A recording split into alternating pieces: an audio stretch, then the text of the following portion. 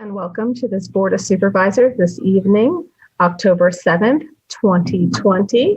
Today, in order to call in for public comment, dial 646-558-8656, follow and enter meeting ID 894-7683-6476, followed by the hash or pound sign.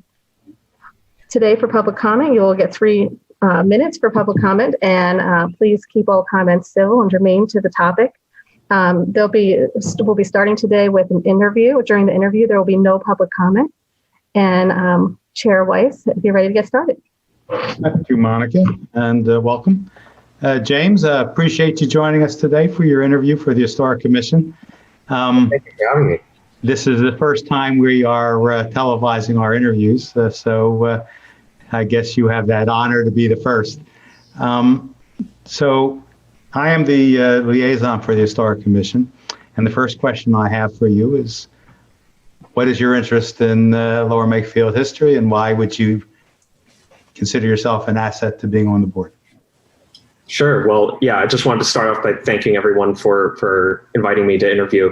I mean, I've been a resident of Lower Makefield for 18 years. I've grown up here. And my interest in the history comes from just being around this place and growing up in this very historic area. And one of the things that I noticed is we have so much history around us, but in my education, it was rarely a topic of main discussion. I had to kind of look at it on my own and study it and read some books on it and stuff like that. So yeah, my interest in it definitely comes from that, and how I've been involved is I've volunteered with the Newtown Historical Association, and because they have like a physical location, physical building, where I was able to help with some archival projects and with restoring their historic location there. So yeah, that's kind of where I got my background and interest in it. Very good. Thank you. At this point, I'll open up for questions. Mr. McCartney? James, thanks for taking the time to interview for the position. Just following up on Fred's question, what's your background professionally? Do you have any background in historical and real estate and architecture, anything like that? Sure, yeah. I'm currently a senior at the University of Pennsylvania. I'm studying ancient history and political science. And my background, I've taken a couple of courses through the Penn Museum, and I received a fellowship to write a research project on Roman Egypt, so kind of unrelated to this, but it's still a historical kind of project. So I've received a fellowship to help fund that, and I'm currently working on that right now. So, but yeah, my interests lie kind of in both local and ancient history, the extremes of the right now and the long ago. Thanks. I appreciate you, putting the effort in and considering, putting your own time into this. It's nice to see young talent coming to the township and trying to add to it. So I appreciate that. Thanks. John, do you have any questions for Jane? John, do you? Oh, you're calling on me? Yeah, I'm sorry. Quick, James, thank you so much for applying. I definitely appreciate your willingness to help out the township. Quick question for you. Lower Makefield has some historic sites that have since been built over or dramatically modified. What kinds of things could we be doing to help preserve the memories of those locations that we haven't been doing? Yeah, I think that's an interesting question. I was looking over it's a bit old, but it's the Heritage Conservancy report that the township had in like 2006. Mm-hmm. There are a lot of suggestions in there that I think are interesting. And I think obviously it's a bit older, but one of the ideas that I really appreciate comes from Newtown and their kind of walking path that has kind of directions on where the historical sites in the borough. And it's obviously walkable. That might not be possible for our township, but I think looking at providing those visuals would be an important part of maintaining the history.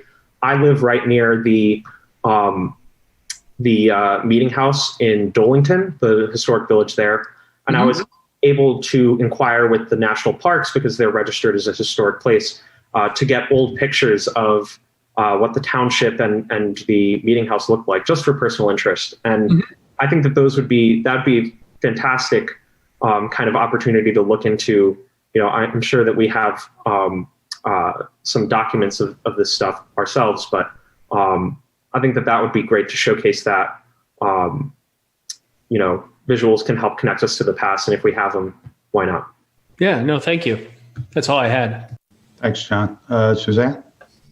Yeah, I don't have anything really, James. I think it's wonderful to have as many volunteers as possible. And when I see what you've accomplished so far, and not even, done with UPenn yet, it's, your future is bright, and I'm glad you're willing to be a part of our future. So as you were just responding to Supervisor Lewis, I was thinking, oh my gosh, here's a scout project. Here's something where James could partner and we could get in community involvement, because that's how we get things done, when we have volunteers who really want to come up with ideas and help move them forward. So thank you, James. Mr. Grenier, I know you're a Penn alum, so yeah, you don't have to worry about recusing yourself. You can ask any question. Don't hold it against me.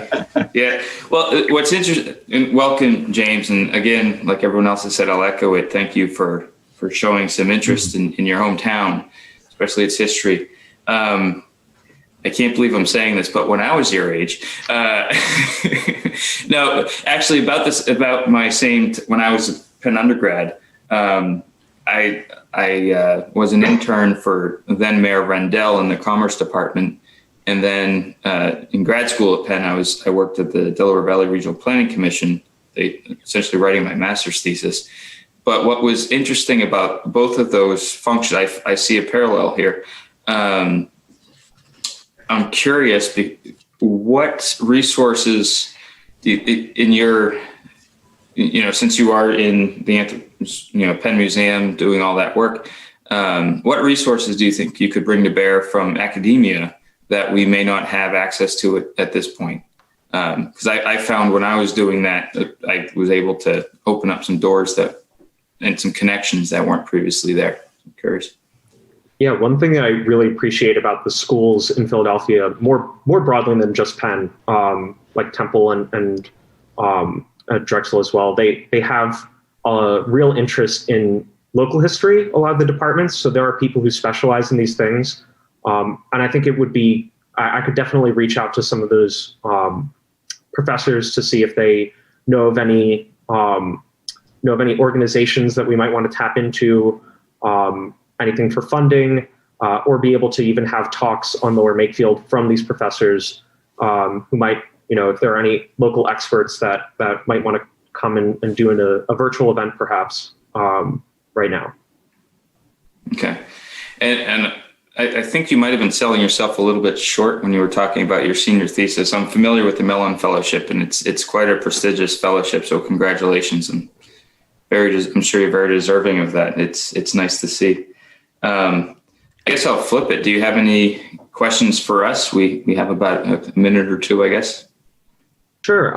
I just going back to that Conservancy report, I'm not too familiar with like the internal plans when it comes to, what are the goals with Conservancy with the township right now?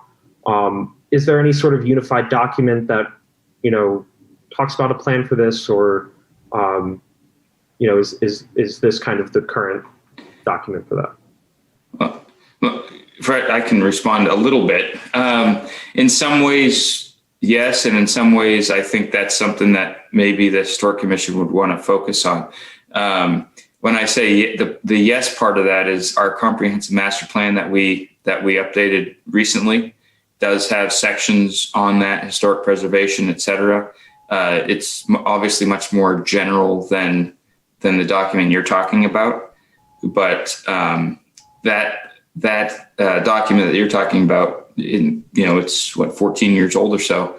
It may be time to update that, in concert with the different historic preservation groups in the area, and then go from there would be my thought. I don't know if any other board member has any thoughts on that. But Yeah, we're also in the beginning stages of forming an ad hoc committee that will prioritize and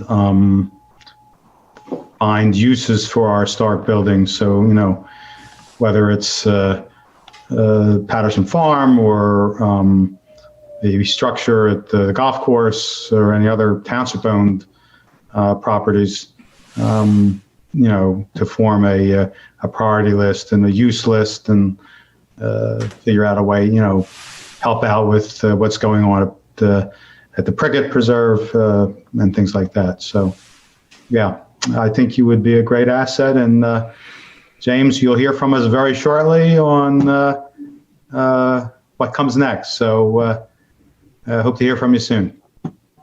Great. Thank you all. Thank you. Have a good night. go Quakers. Didn't I you? don't even know what that is. Something with blue and red in it? I don't know. Aren't they the fighting Quakers, that oxymoron that we hear about every once in a while? We just say red and blue because we can't figure it out either. There's a school out in Indiana called Earlham College, which is a Quaker school, and my dad went there, and they called themselves the Fighting Quakers, which I was always amused by. Yeah. So we are in the public session at this point. I'm going to, if everybody is here, I think everybody's here.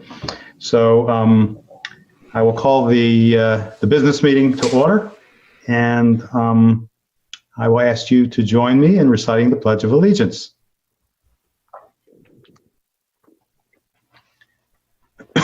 I pledge allegiance to the flag of the United States of America and to the republic for which it stands, one nation, under God, indivisible, with liberty and justice for all.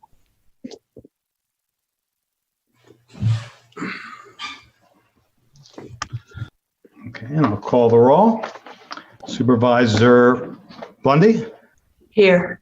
Supervisor Grenier, Here. Supervisor Lewis, Here. Supervisor McCartney. Currently present. I am here, and we have a quorum. And we'll go right to item 4, COVID update. Anything we need to know, Kurt, to update us on what's going on in the township as far as COVID? I have no update. The only thing I will point out is that we will be preparing, much like we did in the spring for the election. I have had a couple of calls asking about this when everything is delivered. That does come with the election workers, presumably again with masks and sanitizer and what have you. And for the public that would be coming in to vote, we do disinfect the building every day, and we will make sure that we do that very early in the morning, probably 3 or 4 in the morning on election day, of the doors and the handles and the meeting room and everything. And then the election workers themselves will have the protection provided by the county, but we'll make sure that everything is ready for people to come in as safely as possible on election day. Thank you, Kurt. Item 5 is community announcements. As usual, park and recreation, digital recreation opportunities. Information can be found by going to the Park and Rec website. The Bucks County Medication Collection Drive Up and Drop-In is Saturday, October 24th. You can, find locations, visit www.bcdac.org or call 215-444-2740. Chair Weiss? Yes. Sorry to interrupt you, but when you go to that website, you will not see Lower Makefield listed, meaning our police department, and that is an error. Our police department is in fact participating, so you can go anywhere else, but do know that Lower Makefield Township's police department is participating on that day. Very good to know. Thank you, Ms. Blundy. The EAC is holding a styrofoam recycling event on October 31st from 10 till noon in the township parking lot. And Monica, is there anybody on the phone as far as youth group announcements or other organizations? No, but I do have a couple additions to your list too, if you don't mind. Not at all. For Veterans Day this year, I met with the Veterans Committee, and we all determined that having a parade, there's no safe way to do it. But we do plan to have a small ceremony that will be broadcast live on social media, the television, and or you can come in person. There'll be socially distanced, and there'll be speeches of about 45 minutes on November 7th at 1:00. Also on November 7th, there's a volunteer opportunity for residents. The EAC will be planting trees at Patterson Farm. There's about 120 plus trees and shrubs that need to be planted. Volunteer signups will go up tomorrow, and a little bit more information will be forthcoming in social media, so keep your eyes open for that, and sign up will be through Sign Up Genius. So those couple of things coming up. Great. Thank you, Monica. Anybody from the board? Dan? Yeah, actually following up on kind of related to Veterans Day and our interview, just want to say thanks to the LMT Historical Society, the VFW, and the American Legion for their efforts in obtaining new headstones for the Civil War vets that are buried in Slate Hill Cemetery. I think I attended the rededication ceremony there on the 26th of September that honored those veterans. If you're not familiar with Slate Hill, it's a really beautiful historic cemetery across the street from Wells Fargo, just south of the borough. Sorry. Really nice place to go. I highly recommend it if you have a chance. And then just a couple other ones. As probably many of us know, October is Breast Cancer Awareness Month. I think most of us, our families, have been affected by that in some way. I think 1 in 8 women are affected by breast cancer in some point in their lives, and over 300,000 new cases a year in the U.S. So just, I think that's a big one this month that everyone should be aware of. And then 2 more in these days of COVID where we're on Zoom meetings. It's also Cybersecurity Awareness Month. The StaySafeOnline.org is there for 2020. The theme is "Do Your Part." #BeCyberSmart. And what they say is that it's always catchy here. If you connect it, protect it. So that's just, so excuse me, computers, other devices, et cetera. It's always good to be aware of. And then also these days of COVID, it's October 6th to the 12th. So beginning yesterday is National Mental Illness Awareness Week.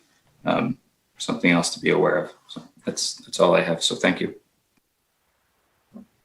Thank you, Dan. Fred? Monica, did you have, Suzanne? Yeah, just a reminder, it's Columbus Day weekend, and that means YMS will be holding its annual Columbus Cup soccer tournament. It has been curtailed this year, but it's still an opportunity to showcase our township, and we do expect a number of young men to come to the township to play soccer, so you can catch some games, socially distancing, of course, and probably see a lot of teams walking around Main Street, so come enjoy some soccer. Yep, definitely give them the support if you can. Monica, I understand there's a couple of other announcements from the community?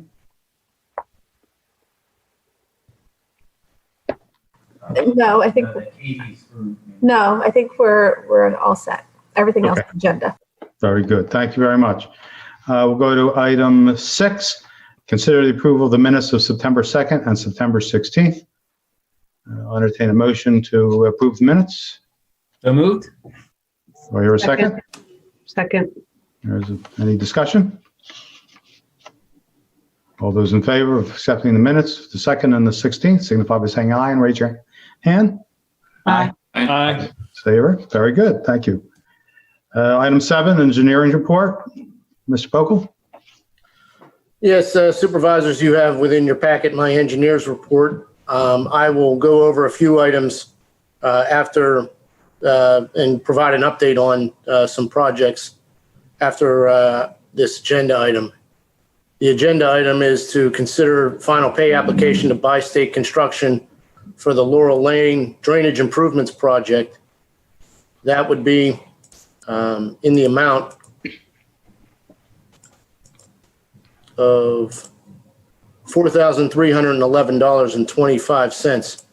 if you'll remember, they had substantially completed the project late last year. And then this year they were called back to repair some scour that was, or erosion that was downstream of the settling pond beyond the structure.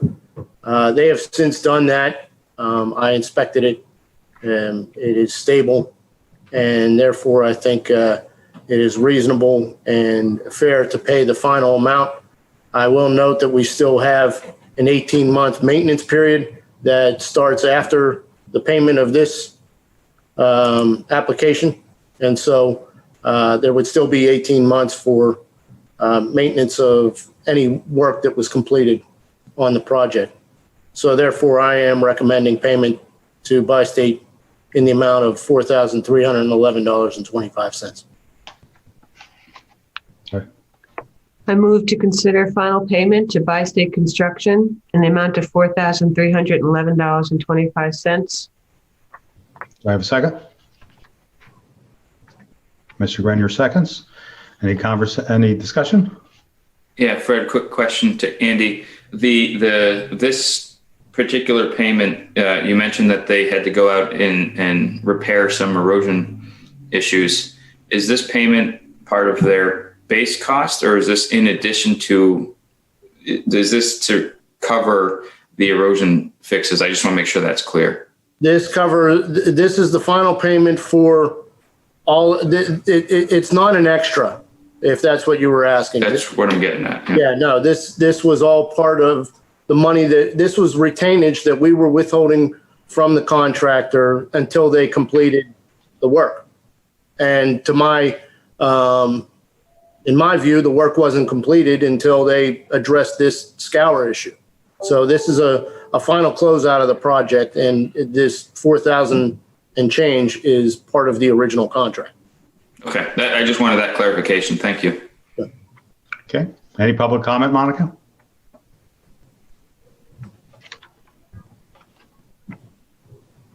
No public comment on this. Okay, hearing no further comment. All those in favor of releasing the money, signify by saying aye and raise your hand. Aye. Aye. Aye. 5-0. Thank you very much. Anything else for consideration, Andrew? I just want to update the board on several items. The Woodside Road Bike Path Grant Application, Multimodal Transportation Fund grant application was submitted on September 30th, along with the Multimodal Transportation Fund grant application for ADA ramps throughout the township. They were due on September 30th and submitted and confirmed that were received. It was an online application, and that was done on time.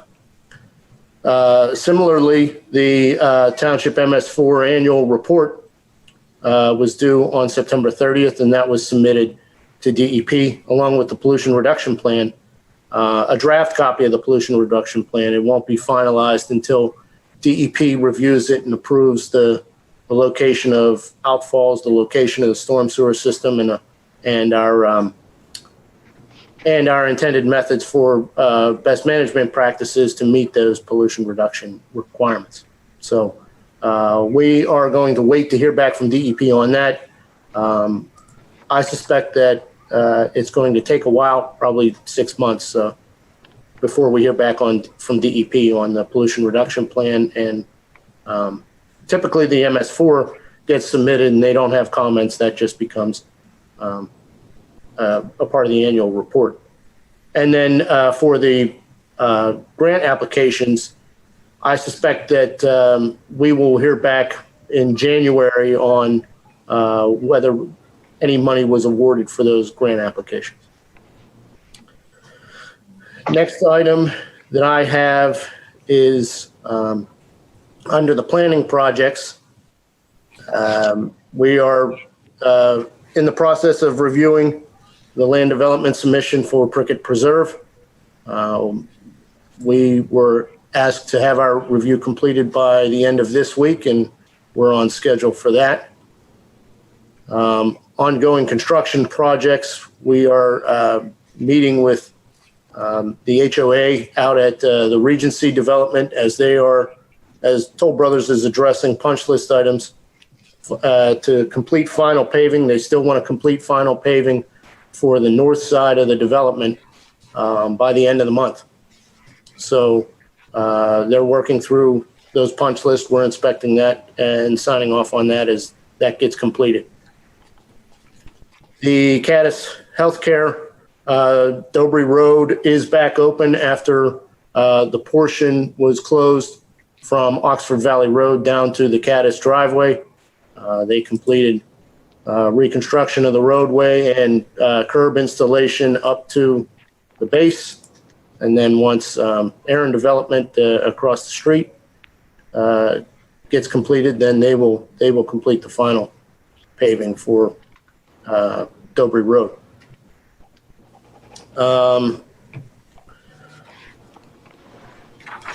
Down here, Scammell's Corner.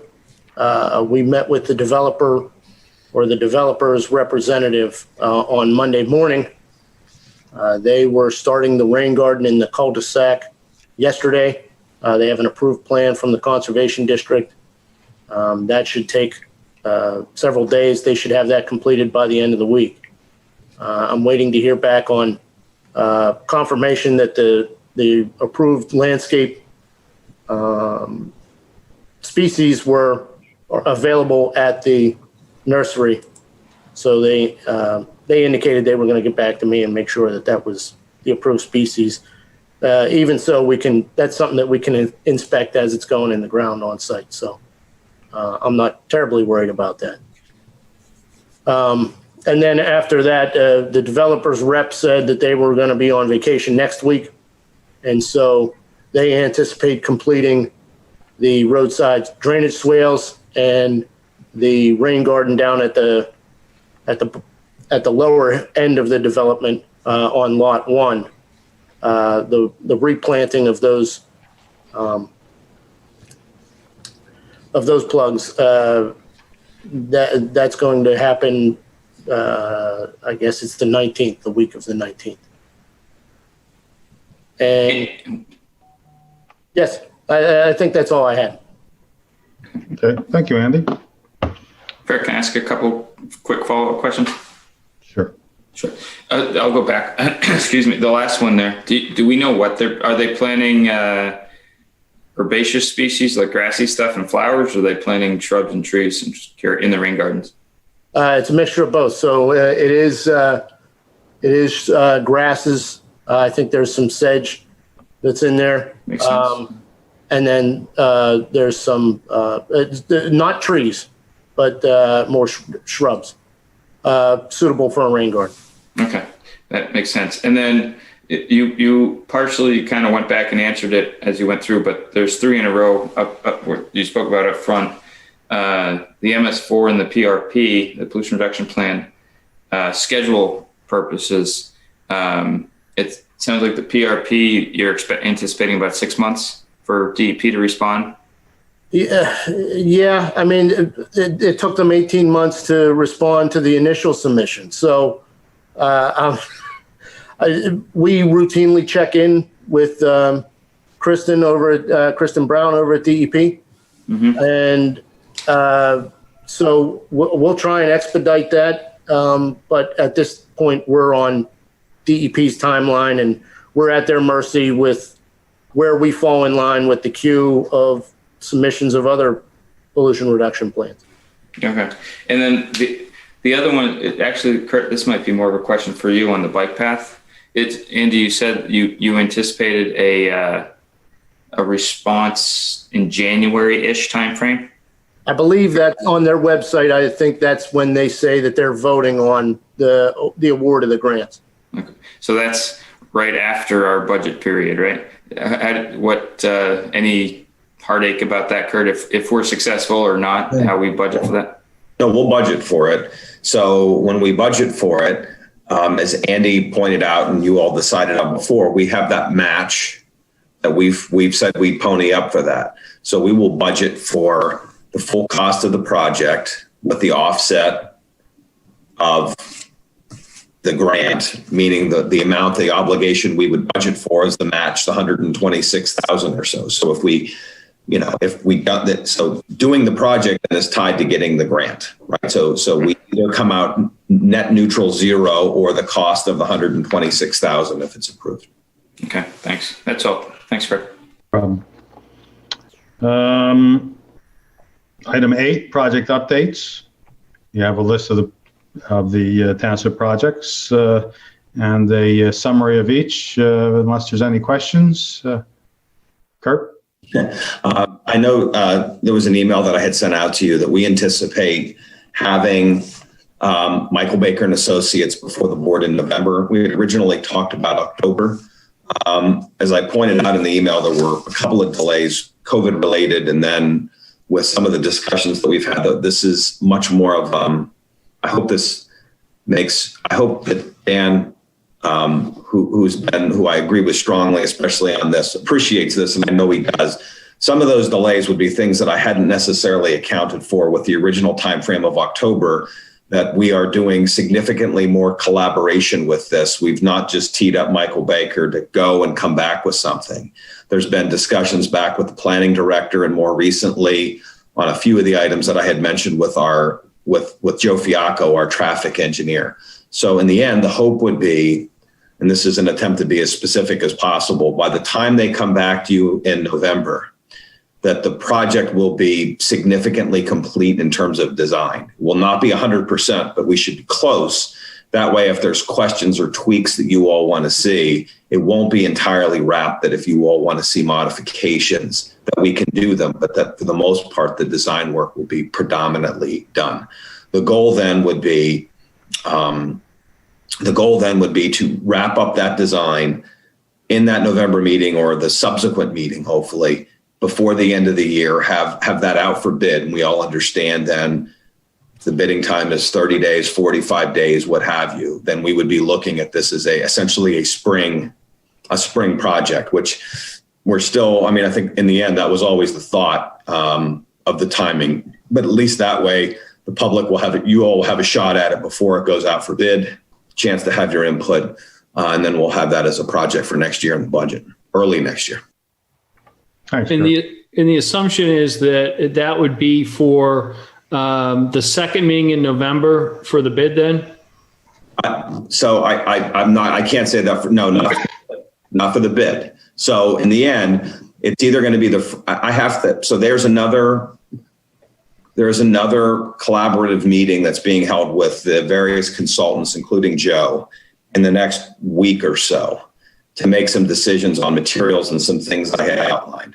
So in the end, it's going to be the question if they're far enough along, whether or not the design presentation is made to you at the first meeting in November or the second, I can't say yet. If it was made at the first November meeting, then I think it's reasonable to assume the second meeting we bid. If it was the second meeting, presuming there would not be substantial changes, that we'd be ready there for the first meeting in December to bid. The goal clearly is to have this authorized for bid before the end of the year, and whether that folds out to the second meeting in November or the first in December, I can't say until at least we have this next meeting to see how that washes out with Joe Fiacco's recommendations. So, if I may, Kurt, the other way to say that is you're progressing the design to basically done, but allowing the board and the community to have some comment on it and some review, I should say. And if there are any tweaks or whatever to it, that'll allow Michael Baker and the team to make those tweaks over the course of a couple of weeks, depending on when it hits, and then come back to us with those tweaks, and then we're ready to bid. Right? Yeah, I think that's right. And then to me, I'm just throwing numbers out there. If essentially it's 90% complete by the time you get to us, it's then just wrapping up a few details. And just for the board, as a reminder, once we get this out there, the inspector on the project to have this sort of have all of the controls that we want would be Remington Vernick, would serve as the inspector and then coordinate with both the traffic engineer and Michael Baker as it's being built. So I like the controls that we've put in. Dan, I think you helped shape that initially very well. And even though it's a little slower, I think it's, especially with what we've seen with this project over the last number of years, that these are these are nice buffers to have regarding getting this done. Thanks, Kurt. Appreciate that. Thanks, Kurt. And with that, we can go right to the manager's report. I have several items on the agenda here, but I think we can zip fairly quickly through them. On September 25th, excuse me, the date, I have to provide the board essentially a letter or certification regarding what our pension payments would be for next year, called the minimum municipal obligation, or MMO. We still have to put them in the budget, obviously, but there is an obligation that I notify you by September 30th, which we had done. And I'm bringing this up at this meeting now just to memorialize it. I think we've still every year made a motion to approve those amounts as a matter of the public record. So I'd outlined those in my reports to you. And I did give a comparison. So as we talked about at the last meeting, we essentially have three pieces of our pension: the police pension, the defined benefit plan, and the defined contribution plan, which all new hires who are not police have gone into since the beginning of 2012.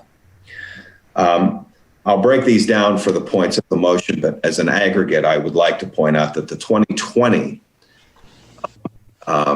contribution across all three of those pension plans was $1,419,706. For 2021, it's gone down slightly to $1,374,310. So not that we have an opportunity that things like this go down year over year, even if it's a few dollars, we'll take it. So I would ask for consideration to approve the MMO for 2021 for police for $878,238, for non-uniform defined benefit for $416,889, and for our non-uniform defined contribution for $79,183. So moved. Do I hear a second? Mr. Grenier seconds. Any discussion? Mr. Lewis? Once this funding is approved, what percent level will we be funding the pensions at? Will they be 100%? Or I know we've had a swing in the market. Are we far off from where we need to be? So good question. Those are, I'll try to be as specific as I can. This funding is the minimum funding amount as would be required actuarially.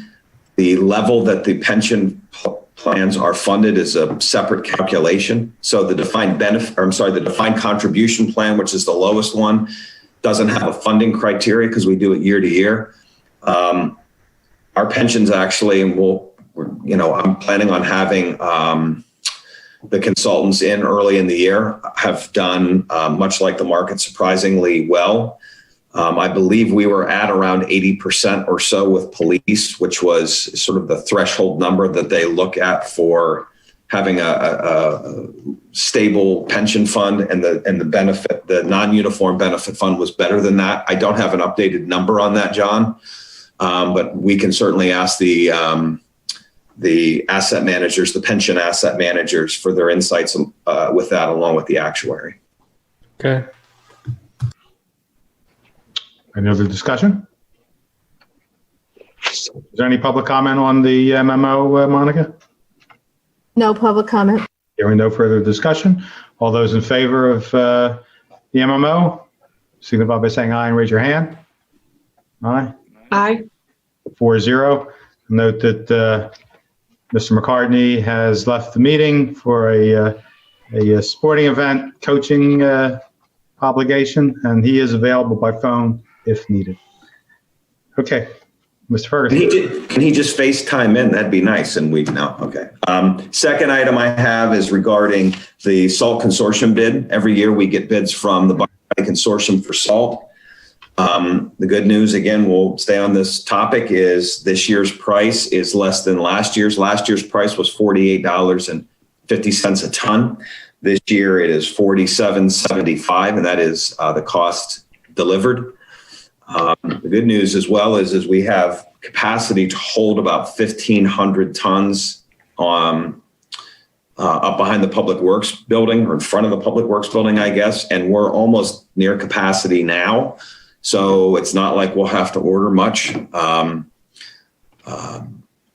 So I'm asking for approval to approve the low bidder of Morton Salt for $47.75 per ton for rock salt for 2020-2021 snow season. I move that we award the bid for salt to the lowest bidder, Morton Salt. Do I hear a second? Second. Mr. Grenier seconds. Any discussion? Any public comment, Monica? No public comment. There are no further comment. All those in favor of awarding the bid to Morton Salt signify by saying aye and raise your hand. Aye. I'm sorry. It's okay. Mr. Lewis? Oh, you're frozen. John? Let it go, John. Let it go. No. I did. No, my internet. I'm sorry. My internet connection, my Zoom connection went unstable for a second. Sorry about that. That's okay. We got you. Go ahead. Supervisor Lewis, that was a lot of thought on the rock salt. You look very serious. So No one got my dad joke. Jeez. I got it. Okay. On September 17th, we opened bids for leaf collection contractors. We use contractors as part of our program every year. This year, we received 3 bids. They are firms that we're familiar with. And I'm asking for approval for all 3 of them. Cora Landscaping at $170 an hour, Ken's Lawn Service at $163 an hour, and Morazzo's Manor Lane at $170 an hour. Last year's ranges went from 155 to 165. This year is like 163 to 170. So I'm asking for approval of those 3 for our 2020 leaf collection program. I entertain a motion. So moved. Mr. Grenier, and a second. Second. Mr. Lewis, any discussion? Any public comment, Monica? No public comment. Okay, all those in favor of awarding the bids out for the contractors signify by saying aye and raise your hand. Aye. Aye. Aye. 4-0. Thank you. Yeah. Kurt, do we have a schedule on that yet? I'm sure we're going to start getting questions about. I know leaves haven't really started falling. But. We should have it very shortly. I mean, that obviously starts around November. We'll make sure we have that out soon if it's not already. I agree with you. I don't think we have that out yet, but it'll be out. We'll have another item here coming up that will address part of some of the challenges that we're facing. But yeah, we'll get that out soon. Actually, I just got texted. It's a good question, Dan. It'll be out tomorrow. So that was not a setup in advance. Yeah, it'll be out tomorrow. And we get to use our new leaf trucks, right? We do. We'll use those new leaf trucks, which we're very enthused about. So we also opened bid for the snow season for 2020, 2021. We put bids out with rates of what we're willing to pay based upon analysis of 12 surrounding municipalities. We have 4 vendors respond that they'd be willing to work for those rates. Just to put it in perspective, the good news is the winter earlier this year was so mild that the contracted services for snow was 0, which is we're under budget for that. So, but for the next year, we've put that out, and I'm asking for approval to approve Cora Landscaping, Effluent Retrieval, Morazzo's Manor Lane, and Scott's All Season Inc. for this year's snow program. So moved. So your second. Mr. Lewis seconds. Any discussion? Monica, is there any public discussion on this issue? No public comment. Hearing no further discussion, all those in favor of awarding the bids signify by saying aye and raise your hand. Aye. Aye. 4-0. Thank you. As part of our sewer lateral program, as everyone knows, areas are televised as people are selling their homes, and there are times when that televising takes place that we identify areas of our own main line that need repaired. So we have 3 areas that we've put out and received 3 quotes for that I provided in your packets. And in those areas, those include 310 Northfield Stone, 115 Arbor Lay, and 891 Slate Road. I'm asking for consideration to approve the work that needs to be done by K.E. Seifert in the amount of $18,200.86. And that was outlined in Greg Huckelbridge's Public Works Director report, and to have these issues addressed in a timely manner. Okay. So moved. So you're a second? Mr. Grenier seconds. Any discussion? Monica, is there any public discussion on this issue? No public comment. Hearing no further discussion, all those in favor of awarding the bid signify by saying aye and raise your hand. Aye. Aye. 4-0, thank you. This next. Kurt, can I ask a quick question? Oh, where'd you go? He muted and went blank. You're still mute, Kurt. I know. I saw you raise your hand and I metaphorically ran from you. But go ahead. You can't get away from me. Come on. This just reminded me, when do we, since it's sewers, when do we hear back from on the other bids that we're talking about, sewer related with the pump stations? I wasn't sure if it was this meeting or you went blank, Kurt. The other, we have the one pump station left, that's part of grant, that work. I believe that advertisement, we had the whole discussion about the Muffin Monster. I had to make you say it. Come on. I know. I wanted you to. So they were coming. He was coming up with alternatives and stuff as far as he was working with the electrical contractor. That bid is now out, so I would anticipate we will have that. I think we gave 30 days or so. So I would anticipate you'll obviously be making that approval in maybe the first meeting in November or the second. So that work will be underway before the end of the year. So we'll be able to account for that in the budget by the year end. So that'll be when that's done. Thanks. So the next item, I don't think we have a motion for, but I want to bring up, way back when we approved the silt pile easement, and I had put in your packets an example that the Public Works Director had come up with for signage, with wording and the woman's name, who was, I think, was in high school at the time that started, to see feedback from you all. I think the costs are not substantial.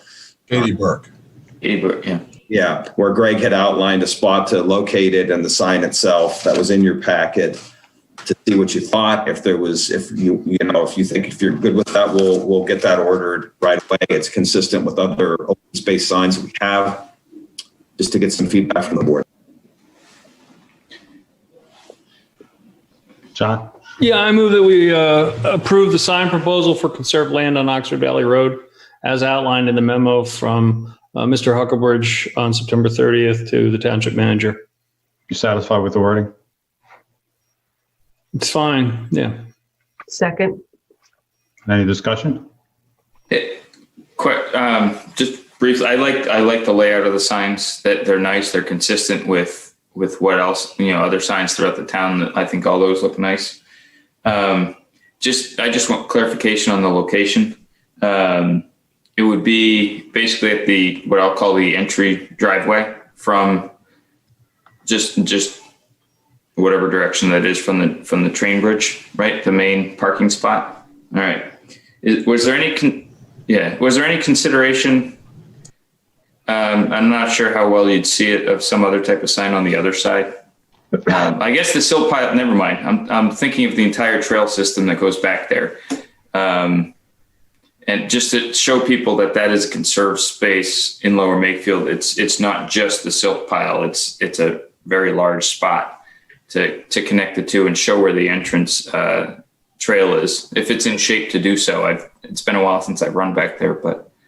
So Dan, this is what I would leave. If we put this sign up, and obviously, hopefully you'll like it, you've seen it. If we decide you want to have some other sign up similarly located on the other side of the site, in the middle of the site or something, obviously we're open to display this in a way that the board is pleased with. Yeah, because I don't know if you've seen it, Kurt, but there is a sign. at sort of what I'll call the other entrance to this trail system behind the library. And it was I think it was part of either a Boy Scout or a Girl Scout project where they did some really nice interpreted signage along the trail. And there's an entry sign to the trail behind the library that goes in. There's some nice, the different types of trees and whatnot. They've since faded, but they're well done. And then that eventually connects into the same trail system that goes all the way back to the silt pile. So that may be something, Monica, if we have some Boy Scouts or Girl Scouts looking for projects, they could update that. But I do like this sign that's presented. I don't want to lose sight of that. There are always Boy Scouts looking for projects or Girl Scouts. I'm sure. Okay. Any other discussion? Monica, is there any public discussion on this? No public discussion on this. Hearing no further discussion, all those in favor of the sign as presented, signify by saying aye and raise your hand. Aye. Aye. Aye. I think that closes the loop on a very long process, and thank you very much. To say this because she's always done it very politely, to Supervisor Blundy for continuing to keep this on my list to forget about. So I certainly appreciate that. And to answer back, I'm happy it's on the pile. We'll have to sign up. So we'll get that done ASAP. The next item on the agenda I had placed in my report, I think it's important as part of public acknowledgement is we received a request to hang a 3x12 banner, which is consistent with what we've hung or we've approved in the past on Heacock Road, honoring Kay's Day that we're familiar with from last year. That every year that would be something we have that we recognize. The banner itself is being hung by a company that's provided a certificate of insurance. We've looked at this as a staff. I think I have Monica. Do we have Katie, who's on here as well? Yes, we're patching her in. A friend. So I know, Katie, that they're talking about doing this in Yardley, and I don't know if there's anything you want to say. First, I just want to, on behalf of the Sherlock Giglio family, thank everyone. Thank you, Kurt, and thank you to the board members just for your consideration. We appreciate it so much last year. You guys dedicating October 15th as Kay's Day in Lower Makefield Township. So we were just hoping to safely bring some attention to child safety and domestic violence awareness in honor of Caden's 10th birthday. Thank you, Katie. And with that, I would like to entertain a motion to approve the display of the sign, the banner. Moved. Second. We got the multiple seconds. Motion made by. Thank you very much. Any other further public comment, Monica? No, but I just want to be clear, this sign is going to be hung in front of McCaffrey's Market across the road. Okay. And Fred, on that, I mean, you know, for those at home, October 15th is the day. Teal is the color. So I was trying to bring out my teal tonight in honor of your daughter. And so if everyone could keep that center of their minds. Thank you, Suzanne. Thank you. And with that, I'll ask the question. All those in favor of the display of the banner, signify by saying aye. Raise your hand. Absolutely. Aye. Aye. Very good. 4-0. Thank you, Katie. And I'm looking forward to Thank Katie's banner and thinking of Caden on Caden's Day on the 15th. Thank you. You're welcome. Thanks, Fred. The next item that we have, so actually, I suppose I could have given this as a COVID update because it sort of is one, sort of in this time of having to consider things in a different way is every year as part of our LEAF program, besides the contractors that we hire, we also hire what is typically 18 to 20 temporary workers. Part of the challenge that we have this year is our means by which to get them on site has we would pile the temporary workers into several vehicles and take them on site. And Right now, for example, I have a restriction that only allows one public works employee per vehicle. So I tasked our public works director to look for creative solutions that we could reasonably afford. And so we put out a request for bus service with an agreement that was vetted and tweaked by Ben from Dave Truelove's office. So what I'm asking for is consideration to hire Yellowbird Bus Company. I gave the outlines in the budget for $425 a day with an amount not to exceed $17,000. The LEAF program goes on for 2 months. We wouldn't expect that we would need that service that much. We would have the ability to cancel up until early in the morning of that day. If it snowed, for example, or there was some other reason we wouldn't be doing it. We'd be taking protections where whether they're transported all at once or in multiple trips, they go to several sites where we would require masks and distancing on the bus, and that would be overseen by an employee and the bus company that's aware of these restrictions. We did get 3 quotes for that. And again, I'm asking for consideration from the Yellowbird Bus Company for $425 a day with an amount not to exceed $17,000 for our 2020 LEAF program. I entertain a motion. Moved. Mr. Grenier, a second. Second. Ms. Blondie, seconds. Any discussion? Monica, is there any public comment on this? No public comment. Hearing no further comment. All those in favor of hiring Yellowbird for bus transportation for the contracted employees signify by saying aye and raise your hand. Aye. Aye. 4-0. Thank you. Fred, I have one, Supervisor Weiss, I have one more item that's not listed on the agenda, but I had a manager's report, and it was consideration for the board regarding our first budget meeting.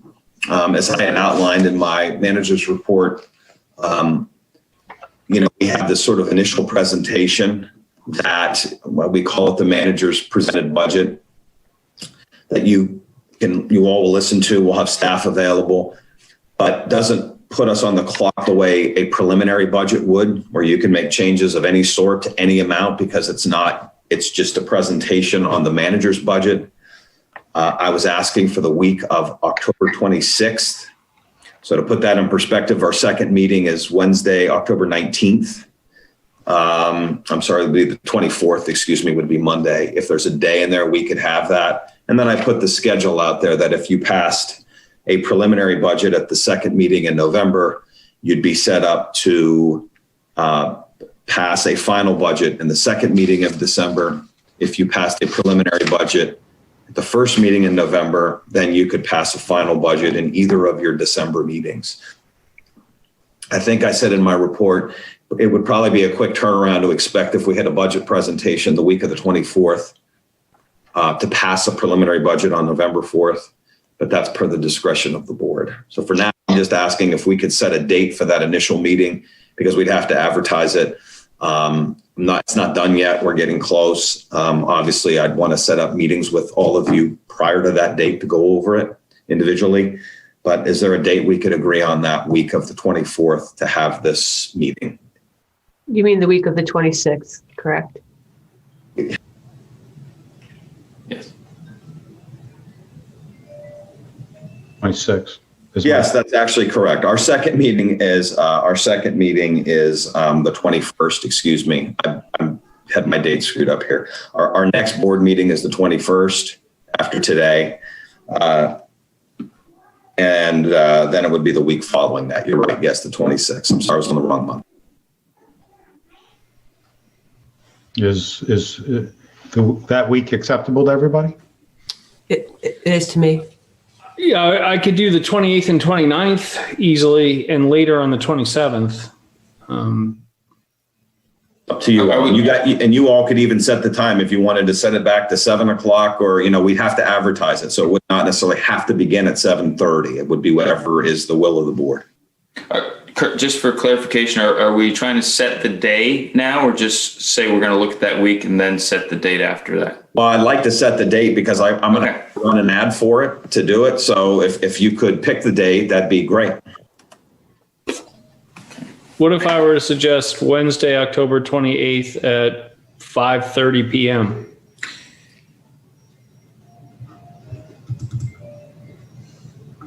Sounds good to me. Should we, James? Yeah, I don't know what James's availability is. Do you have access to him to text him or? That we can text them. Does that work for everybody else? Would it be possible to go a little bit later, just to allow, 5:30's cutting it close for 6? other obligations? 6:30 would be good. I would like if folks can do 6:30.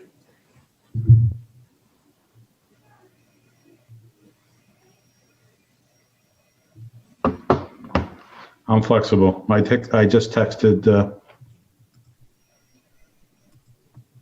James. But so For some 6:30. reason, James can't do that date, right? We could do the 29th at the same time as well. So I wonder if we approve the 28th or 29th, depending on James's ability to be available. And if he says the 28th or 29th, then because it's 2 weeks before the next meeting, that way we're not dependent on him providing an answer. Would that be amenable to folks? We can make an alternative day. We don't have to. When is the deadline to advertise, Kurt? Well, we typically I would have to have it advertised the week or so before, but frankly, even before that, I like to get that on the website. You know what I mean? That's noted when we're going to do that. Just heard from Mr. McCartney that the Wednesday date is fine. 28th at 6:30 is fine. Okay, that's all I have. Thank you. All right. We don't need to vote on that, right? That's just we're good. You checking. If you want to vote, you can. No. It was more if James couldn't get back to us right away, we could do it over email or something. I just got the phone. Good. We're good. We're good to go. That's all I Okay, have. great. Now we'll move to the solicitor's report. Mr. Yes, Phillips. thank you, Mr. Chairman. An executive session started tonight at 6 p.m. All board members present were present at the executive session, and Mr. McCartney. Chief Coluzzi, Mr. Ferguson, myself, and outside counsel were present. Items related to litigation and informational items were discussed. That executive session concluded at about 7:15 when the interview that preceded this meeting started. Under my report is the considered development agreement, and I would say also two other agreements, a grinder pump agreement and a financial security agreement for Caddis Senior Living, which is the project that's on Dobry Road. Dobry Road was mentioned earlier tonight, and near its intersection with Oxford Valley Road, north of the Big Oak Road intersection, about half to 3/4 of a mile on the west side of the road. So Andy is on. I would defer to him if there's any engineering issues. I will say that I know, speaking with Mr. Majewski today and seeing the flurry of emails over the last several weeks between our office, the engineers, and others, there's been a lot of issues that have been hammered out, including and especially the apportionment of sidewalk construction costs. Also, the issue with respect to sewers and what's led to the grinder pump station or grinder pump agreement. And I know there's some outstanding concerns about lighting. I would indicate, and Andy can chime in here too, that the development agreement approval does not foreclose any type of continuing review and evaluation for compliance with any lighting issues. And the buffering also is something that is an ongoing review as well. So if there are concerns that are expressed about that, I just want to ease the concerns anybody might have that the development agreement, which does incorporate approval letters and some other aspects of the process, does not foreclose the township's ongoing compliance review. So, Andy, I don't know if you have anything to. Yeah, just to give the board an added level of comfort, even though the project's under construction, we have the final say on signing off on their certificate of occupancy. Right. And that gives us an opportunity to address any issues prior to allowing them to occupy the building. I will say also that I had spoken with the developer about the site lighting issue, and they are willing to work with us on lowering some of the light levels within the parking lot to accommodate some of the concerns of the residents there. So they're working on that. They're working on putting in shields for some of the lights that are mounted on the wall of the building and projecting out towards the driveway. So I think that they're working with us in good faith to address some of the concerns that the residents have. Okay. And to initiate discussion, I guess it would be appropriate to have a motion before the board, and then discussion can ensue if there's questions, concerns, et cetera, that kind of thing. So I entertain a motion to approve the development agreement for Tatus Senior Living. So moved. Do I hear a second? I'll second it so we can talk about it. Run your seconds. Any discussion? If I may. Mm-hmm. Dave, Mr. Truelove, you basically, and Mr. Pokel, you both brought up the issues that I keep hearing about. I know the board keeps hearing about. They don't seem to be, but anecdotally, they don't seem to be completely resolved yet. So I want to make sure, and I know you just said it, but I'll just emphasize it again and reiterate. I want to make sure that those items, although sometimes they may seem small to the developer, they're a big deal to quality of life to those that live next door. So, lighting, noise, buffers need to be treated accordingly, and we shouldn't let them out of anything. And I know we're not. I just want to make sure that we are still, as you said, covered and able to address those issues moving forward, even if this agreement is approved. Yeah. Number one. And then Andy, early on in the process, there were some concerns or I'll say questions from the EAC and others about the stormwater management system.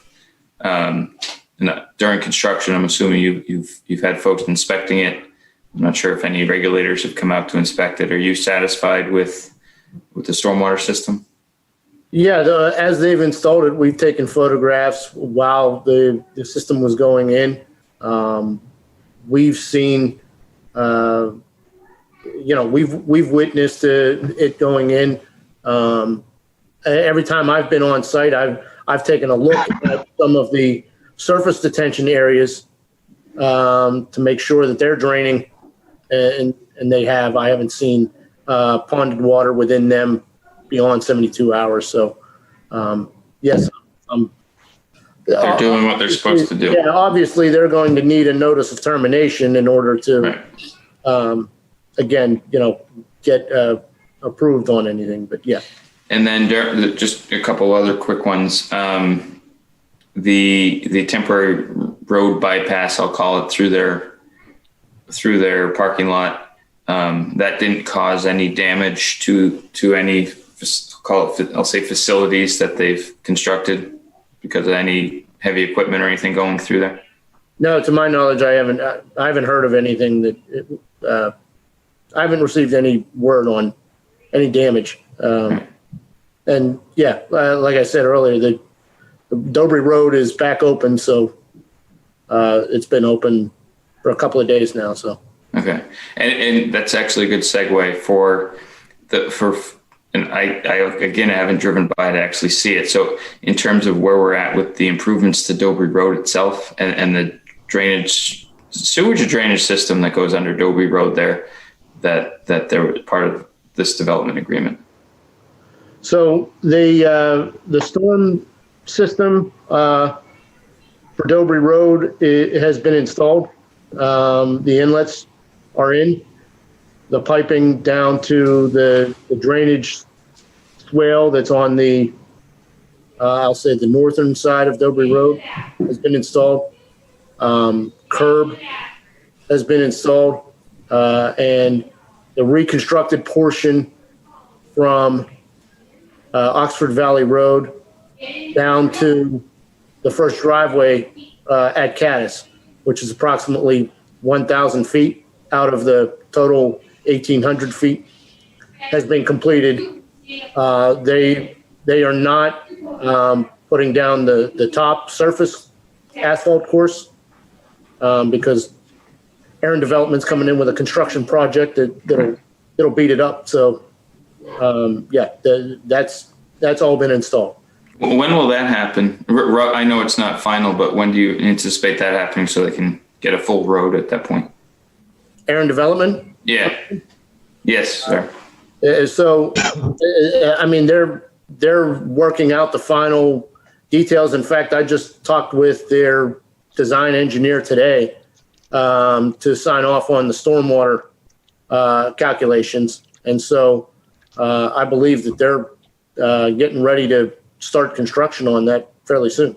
Okay, and is Caddis, bringing it back to Caddis, I don't want to go off on a tangent there. Is Caddis on the hook for doing final pavement on the road once that project is done? Or there's Aaron Development on the hook for that? To my knowledge, there was an agreement that was worked out as far as financials of what Aaron Development is going to pay for. I was not at that meeting to understand what that final development is, but Kurt? Caddis. Yeah, and that's in here? I'm sorry, I'm pointing to my other computer with the agreement. All that's covered in here? Yes. Or is it a separate? Okay. To my knowledge, in the developer's agreement, it's Caddis will reconstruct Dobry Road in its entirety, and then Aaron Development will be reimbursing them. Yeah, they worked out the deals between them as far as who's going to pay, how that's going to divvy up, but that's going to fall to Caddis. And then they did a side deal as far as how much assistance they were going to get towards that. Right. And we've memorialized that, so if they try to disappear, we can go get them for it. That's a big, okay. That's all I have for questions. Thanks, Andy and Dave. Great. Any other discussion from the board? Hearing none. Monica, is there any public comment on this issue? No public comment. Okay, hearing no further comment. All those in approving the agreement, signify by saying aye and raise your hand. Aye. Marginally, yes. Zoning hearing board issues, Mr. Trudeau? Yes, we have three matters for consideration tonight. The first one, Gene Augustin is requesting a special exception for a property located at 3 Ridge Avenue in order to permit use as a bed and breakfast and or boarding house. The board and anybody listening may recall that we have been in litigation with Mr. Augustin for issues related to that for other applications or other circumstances related to his use of his property. And without getting into too much detail, some of the litigation was protracted. It actually technically still exists. It's on hold by the court pending some compliance issues. That's kind of a long-winded way of saying that because of that history and a fair amount of neighbor concerns and taking into account the neighborhood certainly as part of the special exception criteria, it'd be our recommendation that the board authorize our office to attend the hearing and to oppose the application. So a vote would be required for that. So moved. Second. Any discussion? Any public comment on this issue? Yes, we do. Robin is on the line. Okay. Hi, Robin, unmute yourself, give your full name, address, and make your comment.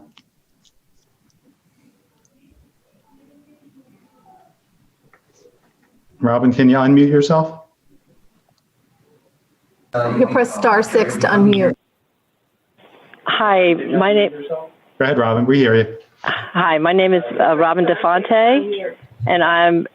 Hi, my name. Robin, can you turn off your television in the background? My name is Robin DeFonte, and I'm a resident here in Edgehill Gardens. Your television in the background. My name is Robin DeFonte, and I'm a resident here in Edgehill Gardens. Are we good? Robin, turn your TV off, please. Okay, we're going to try it one more time.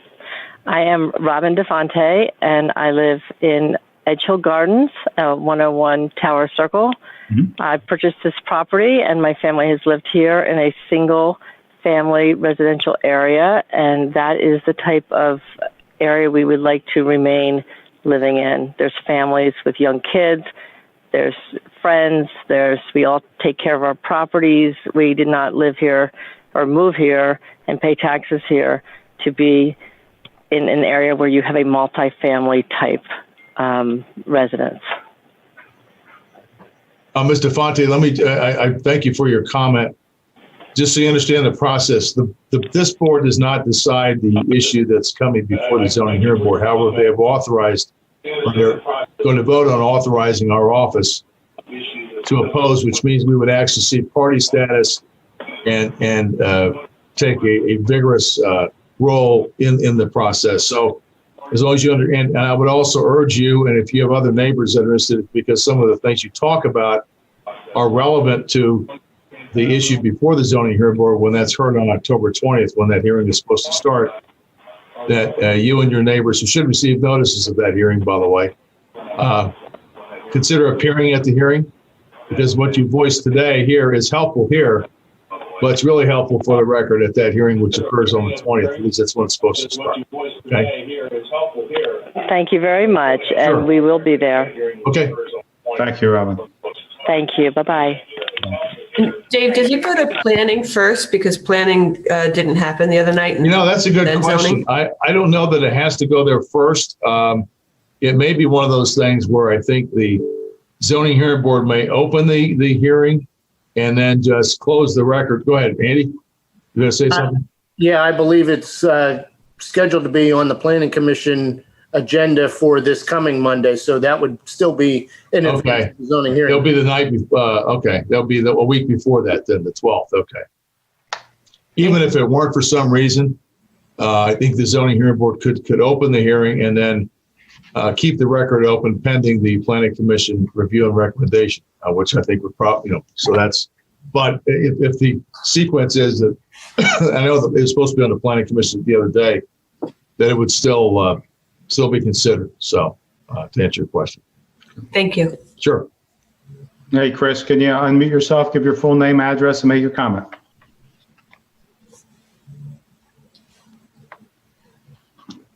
Hi, good evening. This is Christian Hoover, 903 Greenway Avenue, Yardley. I didn't have a chance to really listen to the first public comment, so I don't know what was really said because I was in the waiting room, but I'll make my statement and then we'll go from there. First of all, I just want to thank you all for your service to our community. I really do appreciate that. I'll keep this brief because you all saw my email requesting the Board of Supervisors to take a position to oppose this request from Gene Augustin. I want you to know I was present for the Morrisville Zoning Board hearing. That was on Monday night, October 5th. I was a fact witness for the Morrisville Borough regarding the two zoning boarding issues or violations that were upheld. I also spoke at the public comment regarding Gene's request for the bed and breakfast permit in Morrisville, and I'll repeat what I said there. If you grant this bed and breakfast permit, which limits up to 10 people in the house at one time, Gene will stuff that house with 20 people. History will repeat itself. That's for sure. I'm not going to go into details, but that will happen. I've gotten to know Gene's behaviors over the years dealing with the countless border issues that have plagued us here in Edge Hill Gardens, both from the 874 North Pennsylvania Avenue house and Three Ridge Avenue. I also want you to know I was a witness for LMT for the injunction hearing and also for the contempt hearing. You may want to view the Morrisville public zoning hearing from Monday, October 5th. That presents a lot of information that will probably help this situation. So I request you vote to take a position to oppose Gene Augustin's request for the bed and breakfast special exception permit. Thank you. Thank you, Chris. Appreciate it. Any other public comment, Monica? No further public comment. Okay, hearing no further comment, all those in favor of participating to oppose, signify by saying aye and raise your hand. Aye. 4-0. Aye. Very good. Next, Pennsylvania American Water Company is requesting a special exception for property located at the Oxford Valley Road to construct a water pump station. To orient everybody, is this location where the water tower is on Oxford Valley Road, adjacent to the softball fields on one side, actually the community center, baseball fields on the other. There's a plan to build a pump station there. It also involves an easement and some other things that are being worked out between our office and PAWC. Again, the issue is whether we're not recommending opposition. I guess the issue before the board is whether they want us to participate or just defer to the zoning hearing board. So I'll leave it up to the board to make that determination. I'll entertain a motion to participate. Hearing none, then we would just defer then if there's no motion. There you go. Thank you. Sure.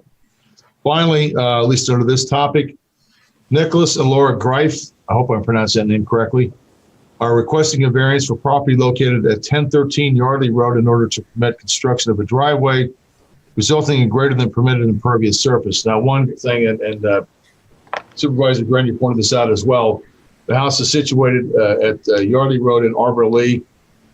There currently is, I believe, a gravel access driveway off Arbor Lee. They're requesting a U-shaped paved driveway on Yardley Road itself, which is a state road. So there may be some traffic and safety concerns. I don't know that, for example, that Tom Roach, our traffic specialist, has had an opportunity to look at this, not to give him more work, but so it may be our recommendation. It should be maybe our recommendation is to participate, just to clarify some of these issues. And I don't know if anybody has any other thoughts or questions, but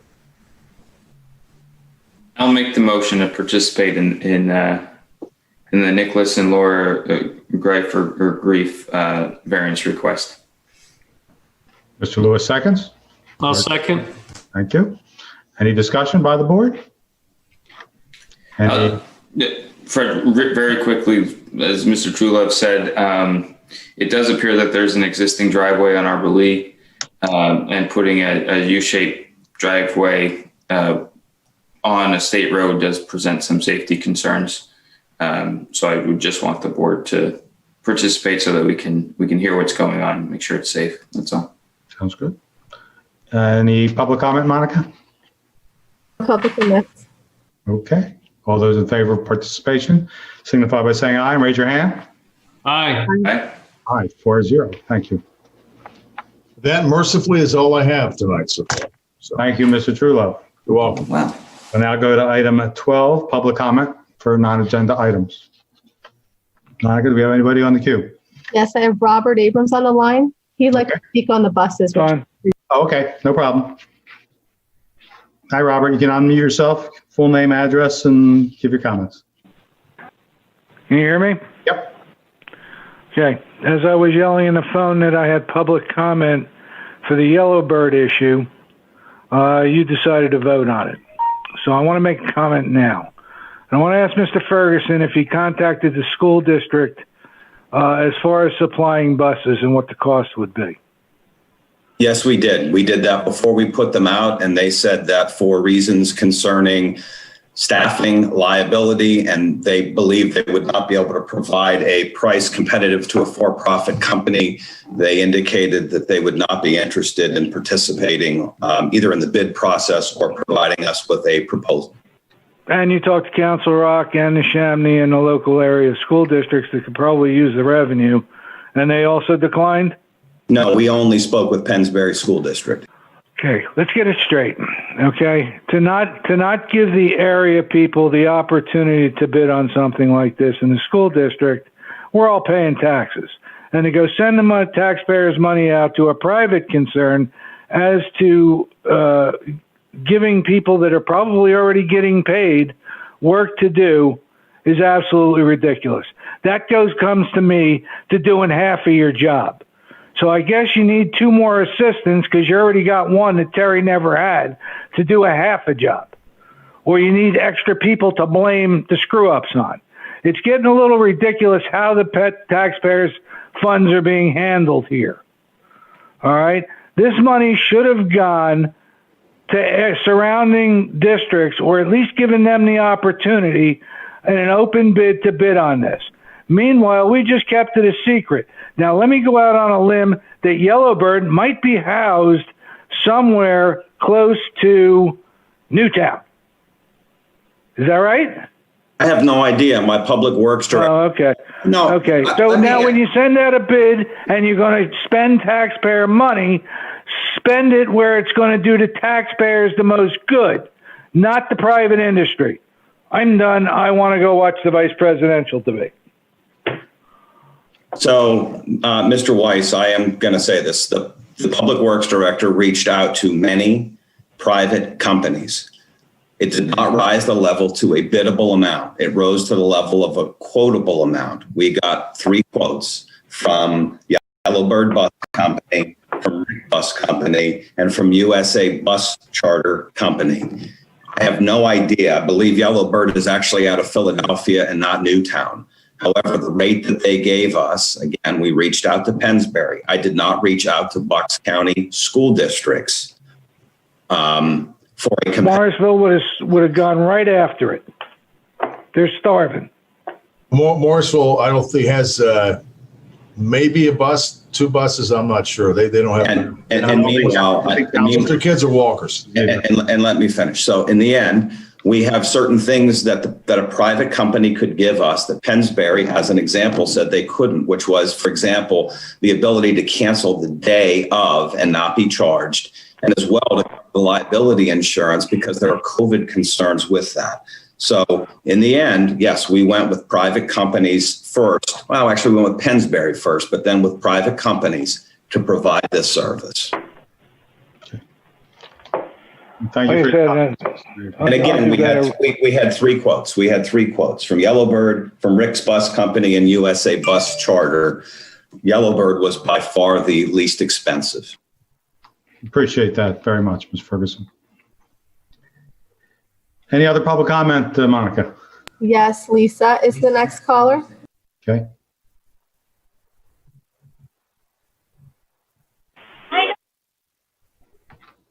Hi, Lisa. Unmute yourself, give your full name, address, and make your comment.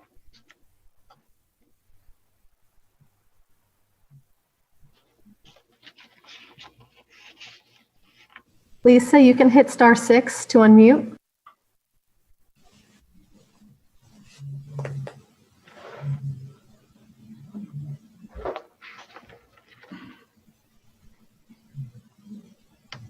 Lisa, you need to unmute yourself.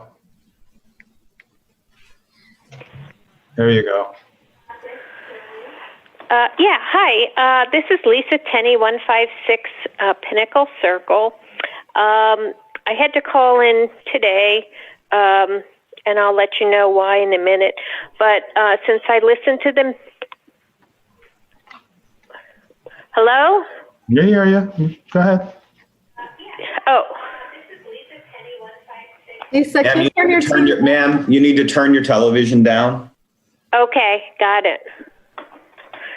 So I fully endorse the candidate for the Historic Commission, James, because of his fellowship and ability to write grants, which I think will be greatly used by the Historic Commission.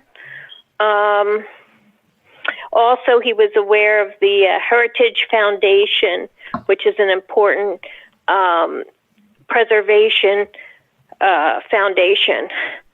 2, I'd like to know, I have 13 bags of leaves, and I've called the township twice.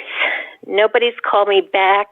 I'd like to know why we don't have more drop-off opportunities at the municipal building. A couple years ago, I went and I just dropped my bags of leaves off.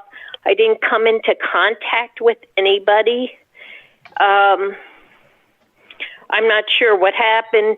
Now we have buses And then before I get cut off, I know I only have 3 minutes, so I have to rush through everything. I'd like to have more deer and wildlife crossing signs posted on both Stony Hill Road and Big Oak Road, which I'm aware they're state roads, and I know it's a concern by fellow citizens. So I'd like to know how to get in contact with the Traffic and Safety Commission that we have. I know part of this problem is due to speeding. I'm tired of seeing eviscerated deers on the road.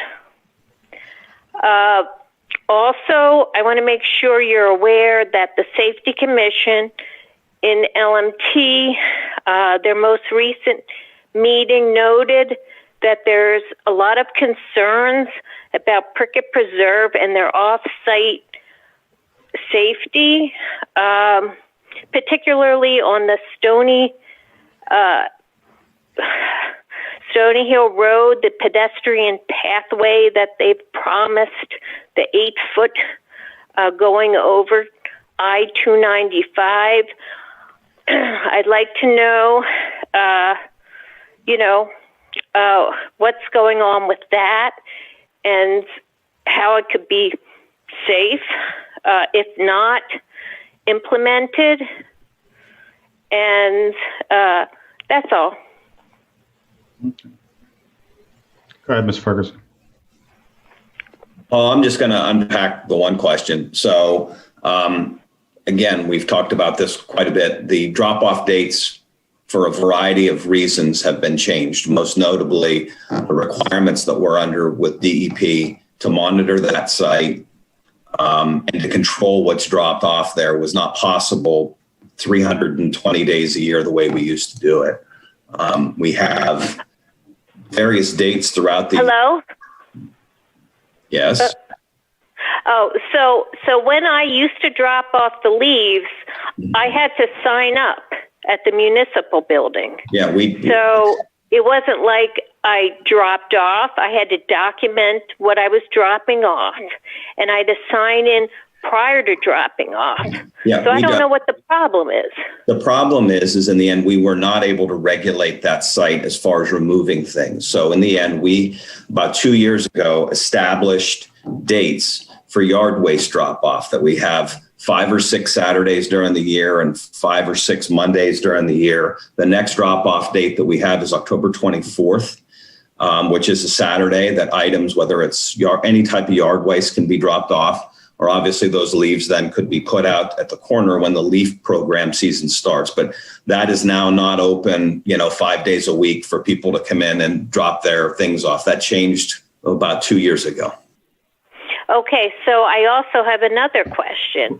Lisa, you're well over 3 minutes at this point. Of course, I'm always over 3 minutes, and that's a problem. You can easily send us an email. We'll be happy to answer. Nope, because... Thank you, Lisa. And I will remind everybody in the public, we have to keep this to 3 minutes with the discretion up to 5. Any requests for answers can be made via email at any time or a phone call to any one of the supervisors or Mr. Ferguson. Mr. Weiss, if I just may add a couple of things. One, our staffing has not changed in the last 2 years either. I was getting some calls today suggesting that I've hired assistants or done something, and that's not the case. We have the same size staff that we had before administratively. But in regards to those leaves, in regards to the yard waste program, as part of the budget that you now will see on whatever date we said, October 26th, we'll be putting out the list of days for 2021. This past year, we added a Saturday to it to start the year. And then we actually added another one because we had a storm or two that came about that we always say, if we have heavy storms or winds that go through and we have widespread branches out, that we'll always look to open that to be as convenient as possible for people when those situations emerge. Now, definitely, if you bag your leaves, all you have to do is wait until the trash comes and the trash hauler will take it. They will. And I think we make a big investment in our leaf collection program starting in November So I appreciate the other options in the past, but unfortunately, those are no longer feasible. If I may respond to the deer issue quickly. Oh, sure. I'll switch. Just since those are, I believe those are both state roads. In that situation, the township doesn't always have, isn't necessarily the most direct approach. So on state roads, I would typically recommend that you reach out to State Representative Perry Warren, as his staff has good connections with PennDOT District 6, who is the regional, the district office that deals primarily with our state roads that go through Lower Makefield, and they will assist in that process, et cetera, et cetera. So that's all. And finally, on the last portion, the land development at Prickett Preserve, the land use process is just beginning, and there'll be more than adequate times for the public to comment and chime in and give their responses to the plans. So,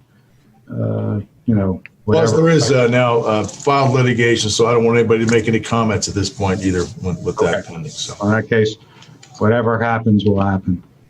Any other comment, public comment, Monica? Yes, we have Peter on the line. Okay. Go ahead, Peter. Unmute yourself, give your name, address, and make your comment. Peter, please hit *6 to unmute.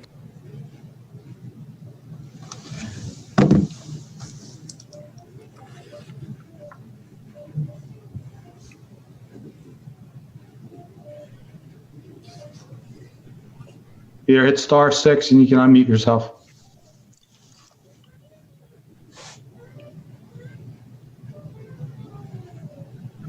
Monica, put Peter in a queue and we'll take the next person. He's the last one. Oh, okay. Can we help Peter out in unmuting himself?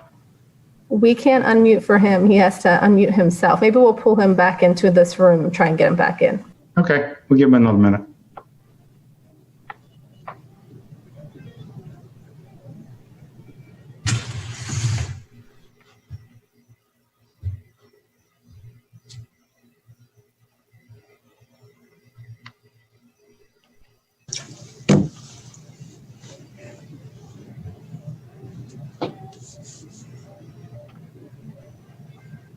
Nope, we lost Peter.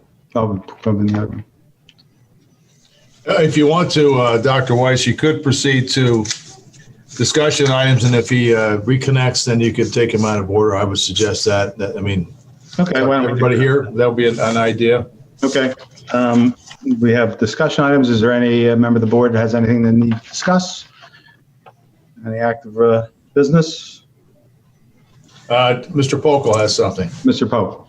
Yeah, I'm sorry. I failed to mention it in my engineer's report, but we did receive notice from the road program contractor that they would like to address the outstanding concerns that we have on Rose Hollow Drive, and they are going to be out there next week to address those concerns. So I just wanted to bring that to the board's attention, and also mention that to anybody living in that area who might be watching, that the contractor will be out next week to fix those concerns.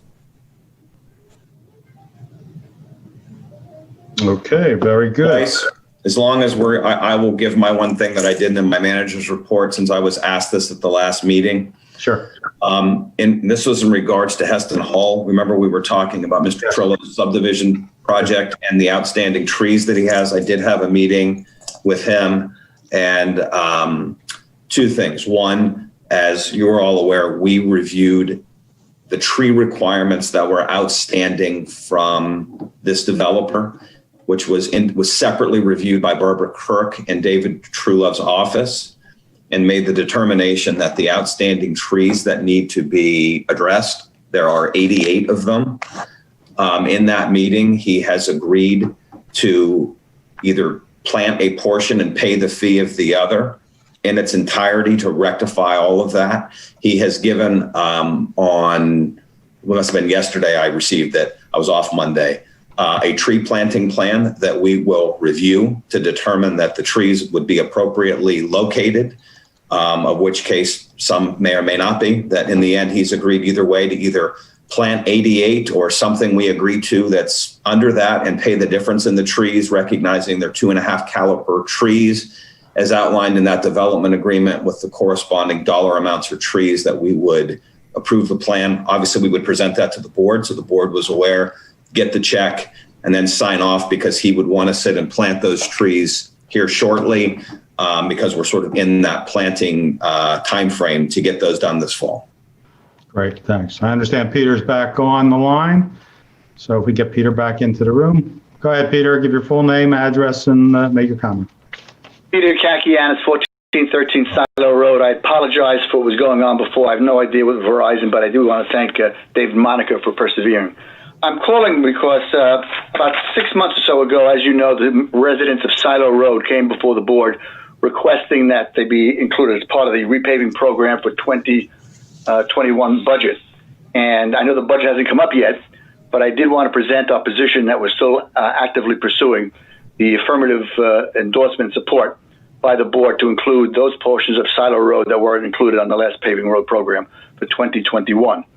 I say that with some sense of encouragement, and I'm not looking to spend the money that we all have, but last year's budget was tight and we couldn't squeeze that portion of Silo Road into the allocation.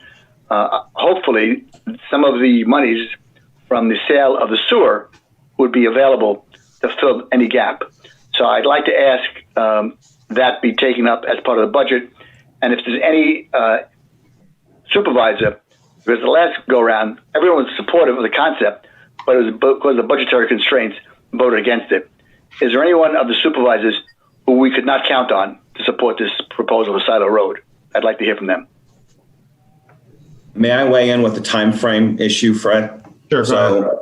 So several things. One, you all are going to be getting a budget from me in the coming weeks. That budget will include an update to our, and I'm not trying to be ambiguous here, but I want to lay out the process. That budget will include a 3-year paving plan. Obviously the 2021 paving, 22, and then the new one will be 2023. We are reevaluating all of those roads. So to start off, I don't want to get ahead of myself on the budget goes, on the details of the budget. However, all those roads are currently being evaluated as we speak, both with the Public Works Director and the engineer. We did get word this year that the liquid fuels allocation, that is the money we use to pave, the state money is going to be reduced by about 10% this year. Part of that calculation for individual communities is the fuel tax. So we are starting with a smaller allocation this year than last year, but we will be presenting a 3-year paving budget that will include 2021 for the board to comment on, which will be the analysis that the several PEs that we have will review and be part of that presentation. The board has not had that presentation at this point, but would that night, I think we set the meeting for that Wednesday, October 28th is what the date is. So the board hasn't seen any of that information yet to be able to effectively comment on the budget amount, the dollars we have allocated, or where it currently stands. All right. Are there any other members of the board who would like to make a comment about my statements? That's time, Fred. Thank you, Peter. You'll hear from us on the 28th. Any other public comment, Monica? No more public comment. Okay. We'll now go to supervisors' reports. With me, there's only one issue that the EAC brought up at their last meeting. I think we have Jim Bray in the waiting room. Yes, we're patching him in now. Okay. So the EAC for years have been awarding up to 2 $500 environmental stewardship awards, and they are requesting that the board change this to make it one $1,000 award. So at this point, to fill in the blanks, Jim has so graciously is participating to give a little more context.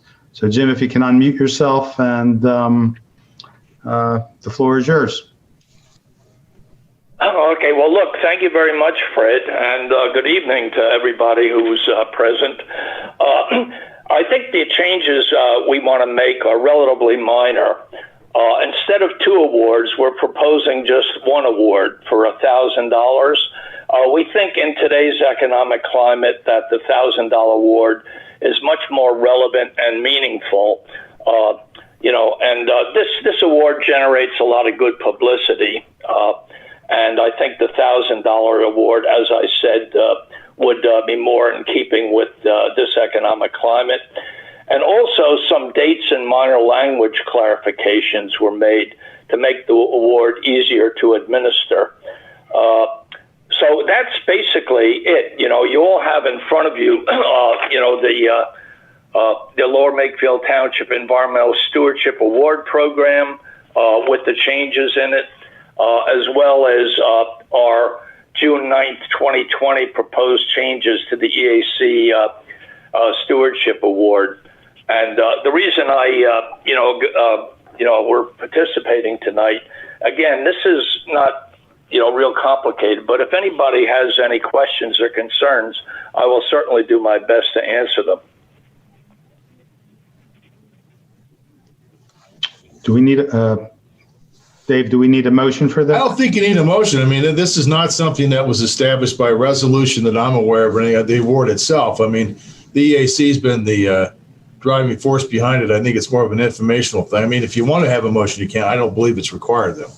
Okay. Well, it's my understanding, though, that on 2007, that there was a resolution, but no one's been able to find that. So maybe my memory, I'm in my 70s now, and my memory is rapidly fading, okay?